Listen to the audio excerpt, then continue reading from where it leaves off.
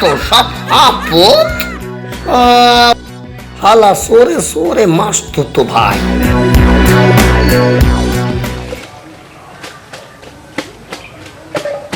পুটি,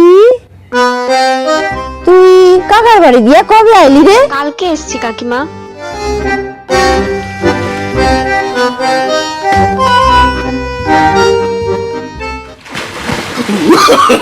দিলি তো কাকিমাকে ভিজিয়ে? হত সারা দিলি তো সকালবেলা ভিজাইয়া আমারে। কাকিমা, এদিকের খবর শুনেছো? কি খবর রে?